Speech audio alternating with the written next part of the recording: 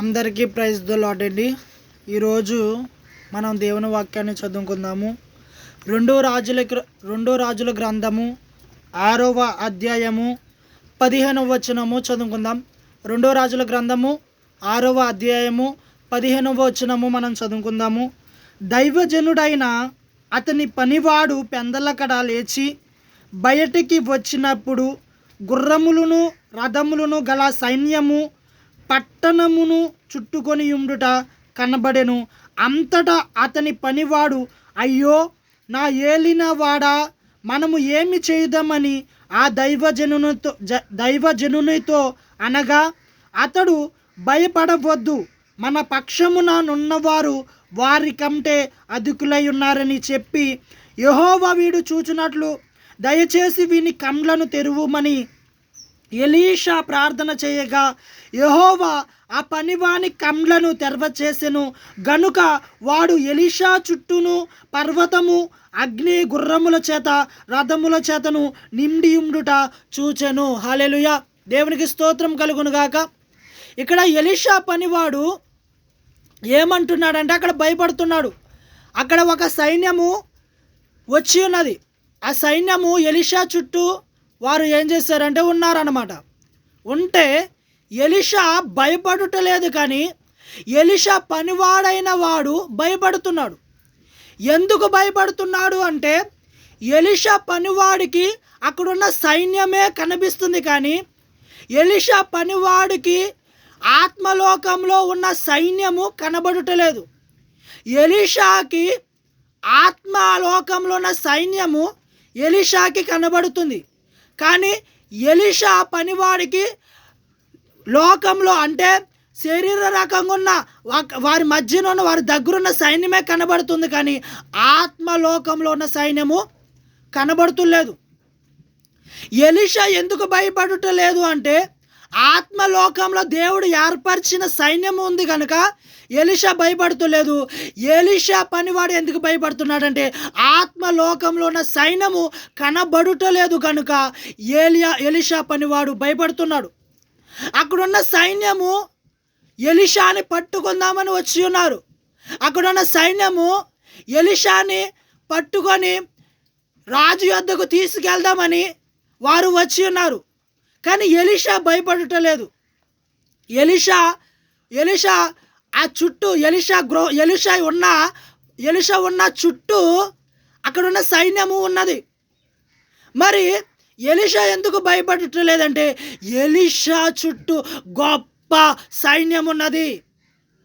అది ఆత్మలోకంలో చూస్తున్నాడు ఎలీషా. అంటే ఎలీషా చుట్టూ ఒక గొప్ప సైన్యం ఉన్నదని, ఎలీషా చుట్టూ దేవుడు పంపించిన సైన్యం ఉన్నదని ఎలీషా ధైర్యంగా ఉన్నాడు. హల్లెలూయా. ఎలీషా పనివాడు కూడా ఆత్మలోకంలో ఉన్న సైన్యము చూసేటట్లు ఎలీషా పనివాడి కొరకు ప్రార్థించిన వెంటనే యెహోవా ఎలీషా పనివాడి కండ్లను తెరవజేశాడు. ఎప్పుడైతే యెహోవా ఎలీషా పనివాడు కళ్ళను తెరవజేశాడో, ఆ కళ్ళను ఆ మనోనేత్రాలను తెరవజేశాడో, ఎలీషా పనివాడు ఆత్మలోకంలో ఉన్న సైన్యాన్ని కూడా చూసి ఉన్నాడు. హల్లెలూయా. మనము కూడా పైన ఈ లోకంలో జరుగుతున్న వాటిని చూడడం కాదు, శ్రమ వస్తుందని ఆ శ్రమ వైపు చూడడం కాదు, ఆత్మలోకంలో ఆ శ్రమను జయించే శక్తిని దేవుడు మనకిచ్చాడని చూడాలి. ఆత్మలోకంలో దెయ్యాలను ఎదిరించే శక్తిని దేవుడు మనకిచ్చాడని ఆత్మలోకంలో చూడాలి. దేవుడు అదృశ్యమైన వాడు. దృశ్యమైన వాటిని నువ్వు చూస్తే భయపడతావు, అదృశ్యమైన వాటిని నువ్వు చూస్తే నువ్వు శక్తిని పొందుకుంటావు. అదృశ్యమైనది ఏంటి? దేవుని కార్యములు. అదృశ్యమైనవి ఏమిటి అంటే, దేవుడు నీ దగ్గర ఉన్నాడు. నువ్వు ఆత్మలోకంలో చూస్తే దేవదూతలు నీ దగ్గర ఉంటారు. నువ్వు ఆత్మలోకంలో చూస్తే దేవుడు, పరిశుద్ధాత్మ దేవుడు నీతో ఉంటాడు. నువ్వు ఆత్మ నేత్రాలు తెరవజేసుకోవాలి. శరీర నేత్రాలను బట్టి అదృశ్యమైనవి కనబడవు. నీ శరీర నేత్రాలు బట్టి అదృశ్యమైనవి కనబడవు, కానీ దృశ్యమైనవే నీ శరీర నేత్రాలకి కనబడతాయి. అంటే నీకు కంటికి కనిపించేవే, నీ శరీరానికి కంటికి కనిపించేవే కనబడతాయి, కానీ ఆత్మలోకంలో ఉండేవి నీ శరీర నేత్రాలకి కనబడవు. ఎప్పుడైతే ఎలీషా పనివాడి కళ్ళను తెరిచేటట్లు యెహోవాకి ప్రార్థించాడో, అప్పుడు ఆ పనివాడు కళ్ళను యెహోవా తెరిచినప్పుడు ఆ పనివాడు చుట్టూ, ఆ ఎలీషా చుట్టూ గొప్ప సైన్యము, గొప్ప రథములు ఉండేటట్లు ఆ ఎలీషా పనివాడు చూచాడు. నీవు కూడా ఆత్మలోకంలో చూడు. నువ్వు ఆత్మలోకంలో చూస్తేనే, ఆత్మలోకంలో దేవదూతలు నీ దగ్గర ఉన్నారని తెలుస్తుంది. నువ్వు ఆత్మలోకంలో చూస్తేనే దేవుడు నీతో ఉన్నాడని తెలుస్తుంది. నువ్వు ఆత్మలోకంలో చూస్తేనే శ్రమను జయించగలిగే శక్తి నీలో ఉందని తెలుస్తుంది. ఆత్మలోకంలో నువ్వు చూడాలి అంటే ముందుగా నీ నేత్రాలు తెరవబడాలా. నీ గుడ్డితనం తొలగిపోవాలి, నీ నేత్రాలు తొలగిపోవాలి. అందుకే దేవునికి ప్రార్థించు, ప్రభువా నా మనోనేత్రాలు తెరవచేయి, నాలో ఉన్న గుడ్డితనాన్ని తొలగించు, నా నేత్రములను, నా గుడ్డితనాన్ని తొలగించి నా కళ్ళను తెరవచేయి. ఆత్మలోకంలో నేను చూసేటట్లుగా నా మనోనేత్రాలు, నా కళ్ళను తెరవచేయి ప్రభువా అని నువ్వు ప్రతిరోజు ప్రార్థించుకో. హల్లెలూయా, హల్లెలూయా. అర్థమవుతుంది కదా? మీరందరూ కూడా శరీర నేత్రాలతో చూడడం కాదు, శరీర నేత్రాలలో వచ్చిన సమస్యను చూడడం కాదు. శరీర నేత్రాలతో వచ్చిన సమస్యను నువ్వు చూస్తే నువ్వు చాలా భయపడిపోతావు. శరీర నేత్రాలతో వచ్చే వేదన, సమస్య, శోధనను నువ్వు చూస్తే కనుక, కష్టమును చూస్తే కనుక, శరీర నేత్రాలతో వచ్చే కష్టం కావచ్చు, శరీర నేత్రాలతో వచ్చిన శోధనలు కావచ్చు, శరీర నేత్రాలతో వచ్చిన భయాలు, శరీర నేత్రాలతో వచ్చిన సమస్యలు, శ్రమలు కావచ్చు, నువ్వు ఖచ్చితంగా భయపడతావు.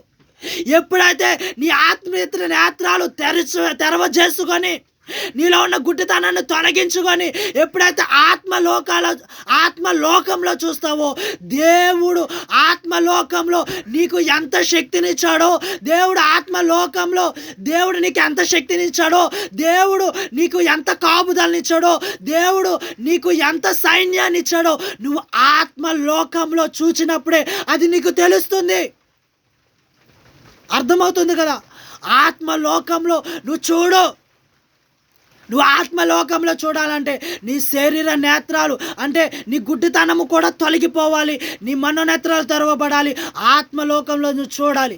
ప్రతిరోజు ప్రార్థన చేయి, ప్రభువా నా గుడ్డితనాన్ని తొలగించు, నా కళ్ళు తెరవచేయి.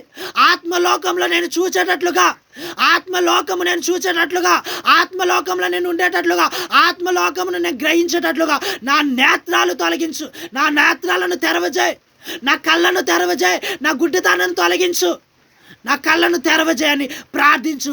దేవుడు ఖచ్చితంగా నీ కళ్ళను తెరవజేస్తాడు. ఆత్మలోకంలో నువ్వు చూస్తూ ముందుకెళ్ళు.